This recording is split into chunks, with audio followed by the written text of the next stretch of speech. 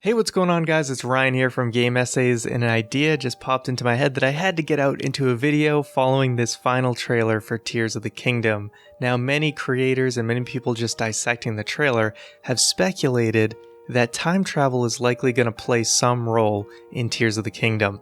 And some evidence of that is Zelda is shown to have a tear that looks to be the same symbol as recall, and we all know Link's recall ability sends something back in time, at least the motion of it back in time, but we don't know exactly what the tear with a symbol like that could do. It could be even a stronger version of that.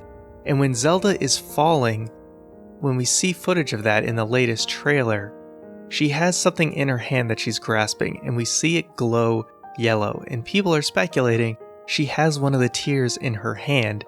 And as she's falling, she is saved and sent back in time, but way, way into the past, many, many years into the past, and we have no idea when that is. Now, at the end of the trailer, when Zelda is calling out for Link to find her, she is on a platform that looks extremely similar to the platform on what we assume is our Great Plateau equivalent in the sky.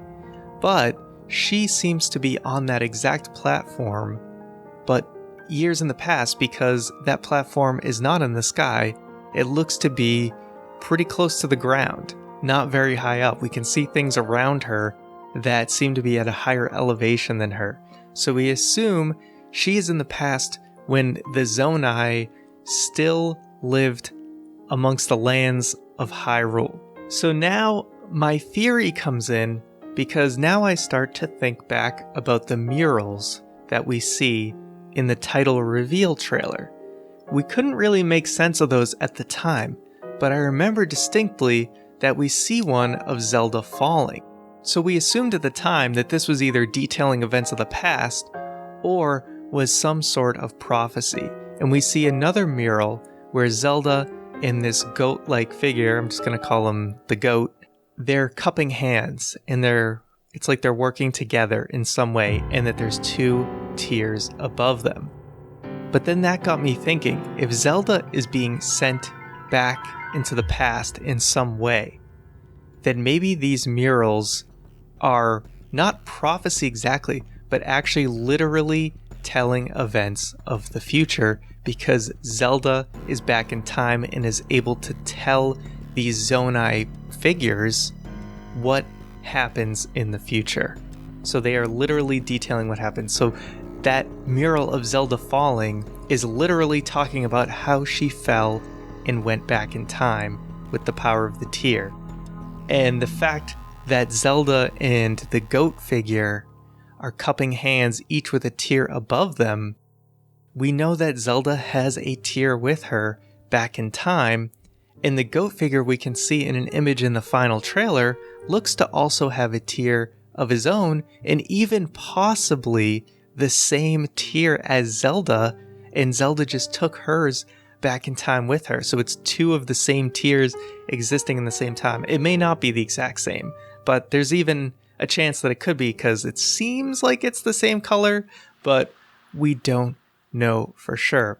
So my prediction here is that the reason the Zelda logo has this Ouroboros, this loop, is because this is something known as a causal loop. This is very similar to the Song of Storms, where Link learns the Song of Storms from Guru Guru in the future, and then has to go back in time and teach it to Guru Guru in the past. It's like a paradox. So this is the same thing with Zelda being born, growing up, and witnessing these murals, but she has to go back in time to help create said murals. And there's a lot of other events in play, but I'm guessing that this is basically a causal loop because of Zelda being able to go back to the past and detail the events of the future. So that's all I got for now, just a quick theory. Let me know what you guys think. I think there's way more pieces to this puzzle, but I think this is just one piece that kind of stuck out to me. So let me know what you guys think, and I'll talk to you next time.